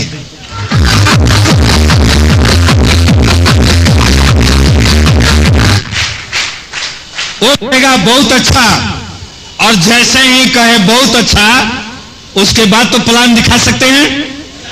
नो। अरे आप प्लान तब तक नहीं दिखाएं जब तक आपके भीतर उसको इंसान की जगह पर भगवान न नजर आने लगे। जब तक वह उसके नजरों में आप इंसान नजर आ रहे हैं, तब तक भूल कर प्लान नहीं दिखाएं। आपको वहां ऐसा सिचुएशन पैदा करना है कि उसको लगे कि नहीं, मेरे घर भगवान आया है मेरे भलाई के लिए, और आप दिखाते हैं प्लान कि सामने वाले को लग जाता है कि हमें फंसाने आया है। आप फंसाने वाला काम नहीं करें। अरे आरसीएम बिजनेस में फंसाना नहीं है, आरसीएम बिजनेस में ऐसा करें कि लोग गाली ना दें कि फंसा गया, अरे आप अपने को गाली दें कि भगवान ऐसे व्यक्ति को भेजे कि वो बार बार फंसाए, बार बार फंसाए। हाँ दोस्तों, जैसे ही चाय पिए आप उससे पूछें कि माताजी की तबीयत कैसी है, वो कहेगा ठीक है पहले से। आप कहें अंकल ठीक हैं, वो कहेगा पहले से ठीक। आप कहें भाभी जी की तबीयत तो ठीक रहती है, वो कहेगा ठीक। आप उसके छोटी बिटिया को गोद में लें और पूछें कि गुड़िया का एडमिशन किस स्कूल में कराया है, और जैसे ही वो स्कूल का नाम ले उसके गाल पर एक जोरदार तमाचा लगाएं आप। लेकिन याद रखें, उसके गाल पर एक जोरदार तमाचा, लेकिन हाथ का तमाचा नहीं, शब्दों का तमाचा। अरे शब्दों का तमाचा लगाएं कि अरे नालायक, तू मेरा दोस्त नहीं हो सकता। इस राजकुमारी जैसी, फूल कुमारी जैसी गुड़िया का एडमिशन इस स्कूल में, तू मेरा दोस्त कैसे? जो दोस्त कल तक बहुत बड़ा बनता था, उस समय आपके कदमों पर लेटा हुआ पड़ा मिलेगा। वो कहेगा, अरे वह कहेगा, तू तो दोस्त जानता है कि मेरी हस्ती ऐसी है कि इस स्कूल में भी अपने बिटिया को मैं किस मुश्किल से पढ़ा पाता हूं, सारा कुछ जानता है, फिर क्यों ऐसी बात बोलता है? तब आप सीना तान कर कहें जैसे मैं कहता हूं, अरे 2 साल पहले दोस्त, यही बात मैं भी सोचता था कि कहां पढ़ाऊं अपनी बिटिया को, लेकिन आज इस आरसीएम ने ऐसा हस्ती बनाया कि हिंदुस्तान के किसी भी स्कूल में पढ़ा सकता हूं, अपनी बिटिया को पढ़ा सकता हूं। जब ऐसा करेंगे दोस्त, जब ऐसा करेंगे तो वो झूठ जाएगा आपका दोस्त। केवल ऐसा नहीं होगा, उस समय एक जोरदार झगड़ा होगा पति पत्नी दोनों में। अरे उसके पति पत्नी दोनों में एक झगड़ा होगा। झगड़ा तभी होता है जब आप बाजार में पान की दुकान पर उसको जोड़ देते, और झगड़ा तभी होगा जब उसके घर जाकर आप जोड़ रहे हैं। लेकिन दोनों झगड़े में अंतर क्या? अरे पहला झगड़ा होता कि आप किट लेकर जाते बाजार से और बोलते, पत्नी बेलन चला देती आपके सर पर कि नलायक 1500 रुपए बर्बाद कर आया।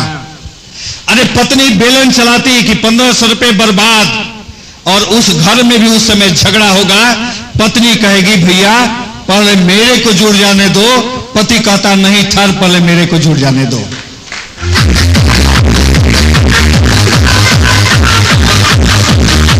हाँ दोस्तों, अगर ऐसा आपने कर लिया तो कोई कारण ही नहीं बनता है कि आप 90 दिन के अंदर रॉयल्टी अचीवर नहीं हो सकते हैं।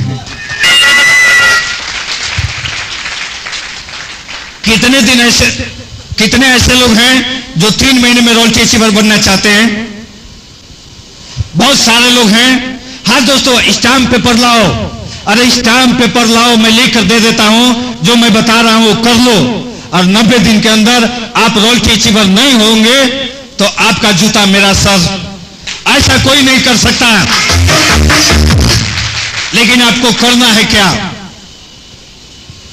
जो काम मैं बता रहा हूं उसको कर लो। 1 दिन में कर लो, 10 दिन में कर लो, 20 दिन में कर लो, 3 महीने में कर लो, 6 महीने में कर लो। जिस दिन आप यह काम कर लेंगे, ठीक उसके 90 दिन बाद आप रॉयल्टी अचीवर होंगे। जाना चाहते हैं कौन सा काम? अरे अपने टीम में केवल आप 50 ऐसे लोग पैदा करें। 51 लोगों की जरूरत नहीं है रॉयल्टी अचीवर बनने के लिए, केवल 50 लोगों से आप रॉयल्टी अचीवर बन सकते हो। लेकिन वह 50 कैसे हों? अरे 50 केवल ऐसे लोग पैदा कर लें जो डेली 2 लोगों को प्लान दिखाएं, जो डेली 1 घंटा कैसेट सुने और जो डेली आधा घंटा किताब पढ़ें। अरे बहुत ज्यादा काम नहीं, 2 लोगों को प्लान दिखाएं, 1 घंटा कैसेट सुने और आधा घंटा किताब पढ़ें। जिस दिन आपके टीम में ऐसे 50 लोग हो जाएंगे, ठीक उसके 90 दिन के अंदर आप रॉयल्टी अचीवर हो जाएंगे, रॉयल्टी अचीवर हो जाएंगे।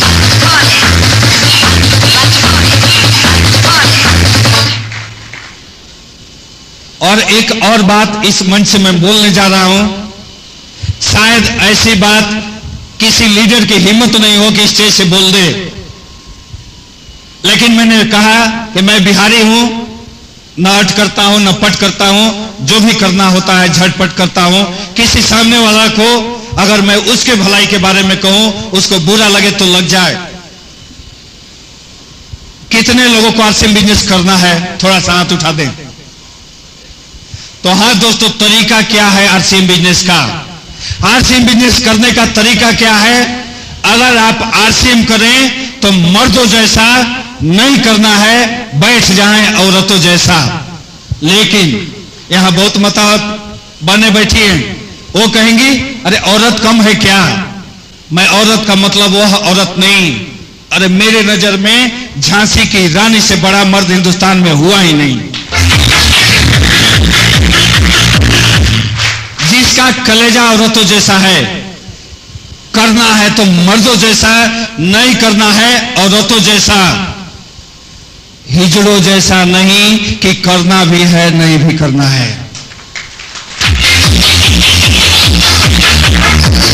हाँ दोस्तों, हाथ जोड़कर प्रार्थना है मेरी कि आप आरसीएम करें तो आरसीएम जैसा, मर्दों जैसा, नहीं करें औरतों जैसा, हिजड़ों जैसा नहीं कि करेंगे भी नहीं करेंगे, 10 दिन करेंगे 20 दिन नहीं करेंगे। अरे आप धोखा दे रहे हो, लेकिन आप समझ नहीं पाते हो कि किसको धोखा दे रहे हो। अरे आप किसको धोखा दे रहे हो जानना चाहते हो?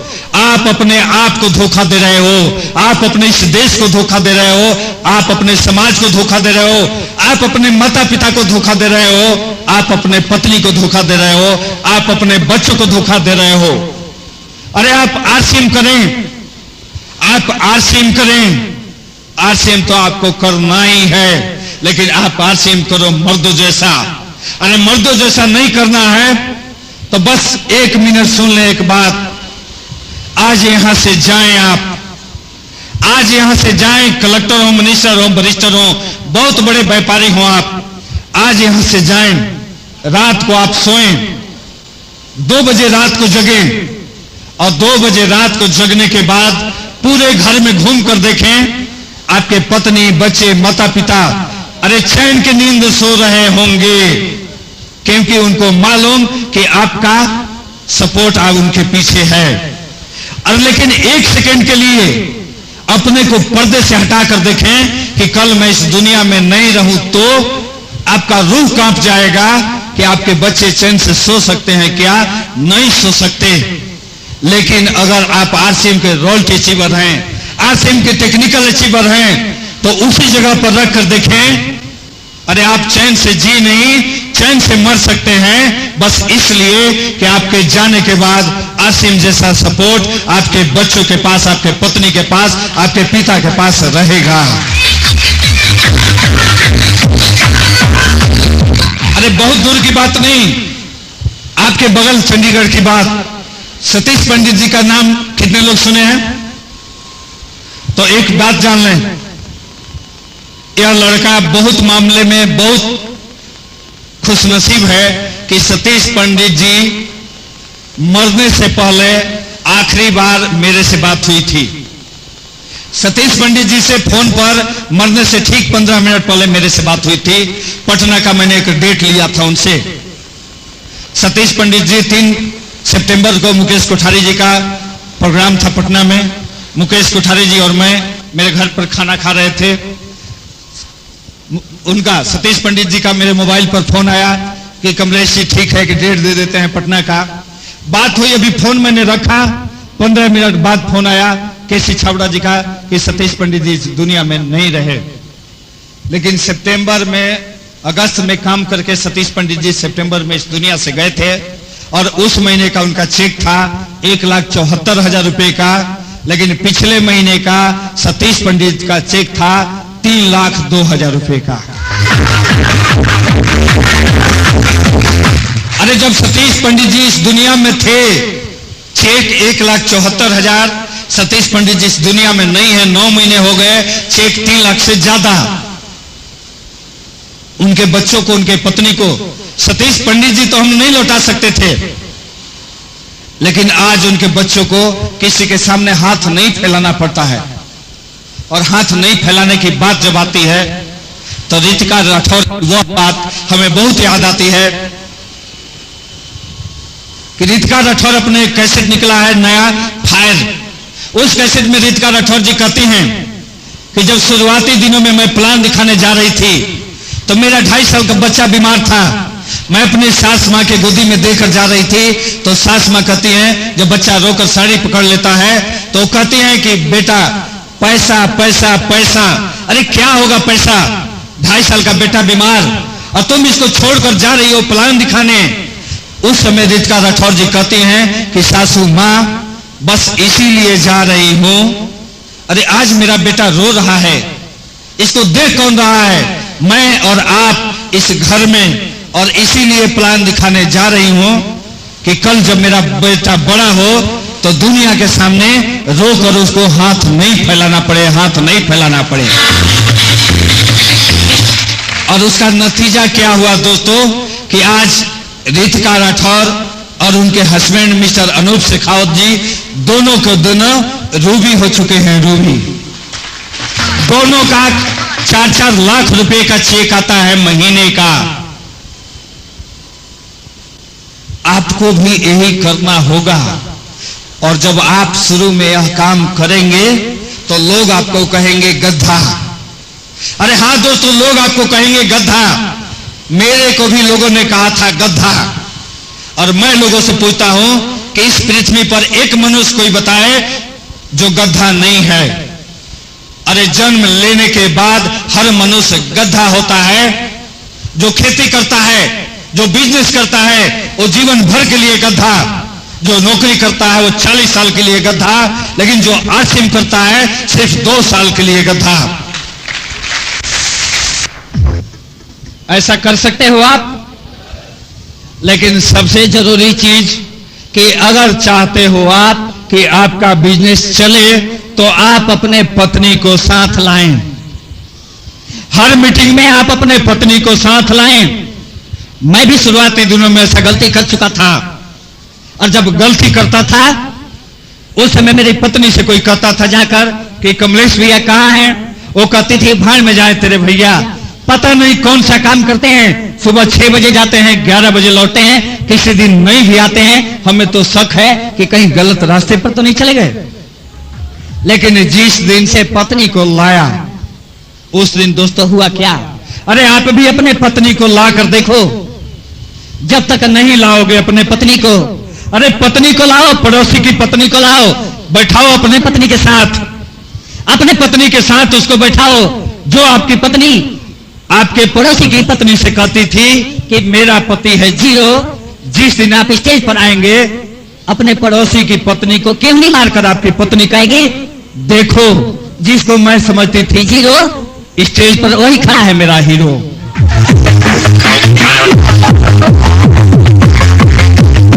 अरे आप सुबह से निकलते हो, 10 बज जाता है, पत्नी से झगड़ा होता है, पत्नी कहती है कहाँ थे? अरे 2-4 मीटिंग में ला दो पत्नी को। आप 10 दिन भी घर से बाहर रहोगे तो उस पत्नी को घमंड रहेगा कि मेरा पति आरसीएम करता है, और आरसीएम करने वाला कोई गलत काम कर ही नहीं सकता, कर ही नहीं सकता।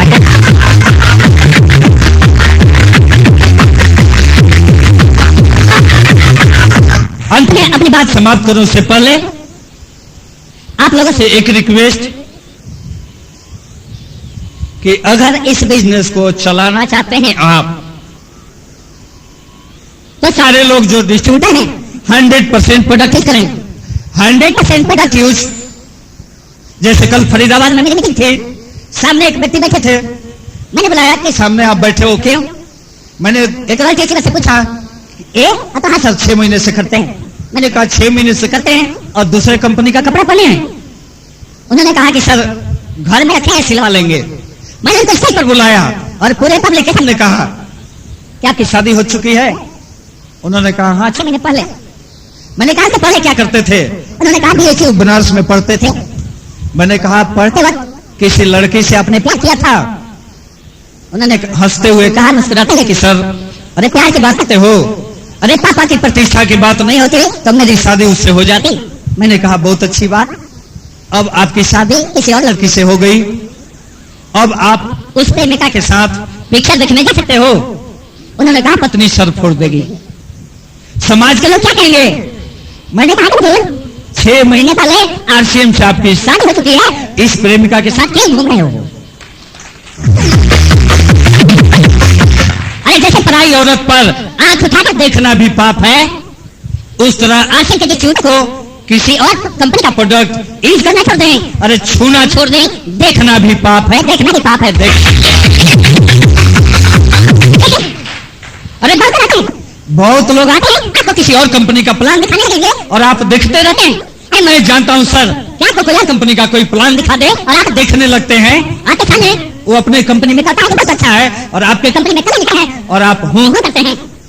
अभी 1 सप्ताह पहले की बात, 1 सप्ताह पहले की बात, एक दोस्त मेरा कहता है किसी और कंपनी का प्लान दिखा रहा था, बाद मेरे पीछे पड़ा। मैंने कहा उसका मेरा ऑफिस पटना में मेरा खुद का अपना ऑफिस है। नर्सरी में कलकत्ता में त्रिलोकचंद छबड़ा जी ने कहा था कि जिसको 2000, 4000, 5000, 10,000, 20,000, 25, 50, 1 लाख, 2 लाख, 5 लाख, 10 लाख कमाने का के लिए आरसीएम में आए हैं, उनसे आग्रह कि वो आरसीएम छोड़ दें। 20,000 लोगों में सन्नाटा कि त्रिलोक जी कह के आ रहे हैं। उन्होंने कहा हाँ दोस्तों, इस बिजनेस में वही रहे जो त्रिलोकचंद छबड़ा के सपनों को